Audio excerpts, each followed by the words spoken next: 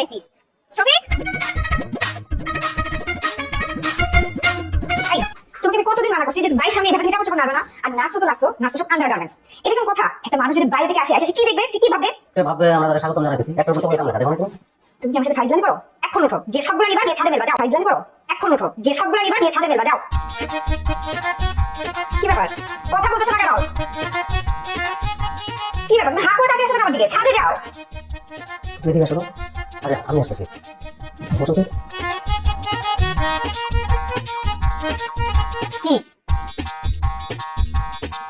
আচ্ছা এই শাড়িটায় তোমার অনেক সুন্দর লাগতেছে। শোনো, তোমার না আমার সঙ্গে বিয়ে হওয়া উচিত হয় নাই। তোমার জন্মগ্রহণ করা উচিত ছিল অনেক আগে এবং বিয়েটা হওয়া উচিত ছিল লিওনার্দো দা ভিঞ্চির সঙ্গে। তাই মোনালিসার সঙ্গে এখন না, তোমার চলে মোনালিসা তোমার কথা হবে।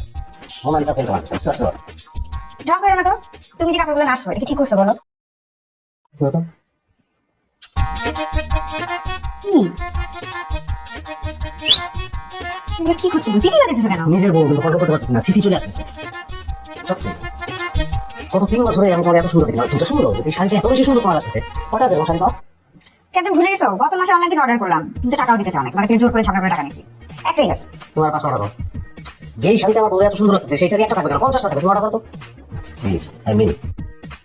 আচ্ছা ঠিক আছে। আচ্ছা শোনো না, তুমি কি চা খাবা? চা খাবো না এরকম কথা, আমার বউ যদি বলে চা দেয় চা খাবো না। আমি কি জুনে খাবো গিয়ে চা খাবো? অবশ্যই চা খাবো।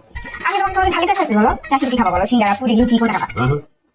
চুলার পরে তুমি তখন থাকতে পারবে না, আমি তোমার তখন থাকতে দিব না। তো চা আর দুটো বিস্কুট পারলে দাও, না পারলেও অসুবিধা নেই। চা খেয়ে বসে শুনতে পাচ্ছি। এটা কথা বলা পারবো না মানে? আমি এখন তোমাদের চা বানিয়ে নিয়ে আসতেছি, ঠিক আছে?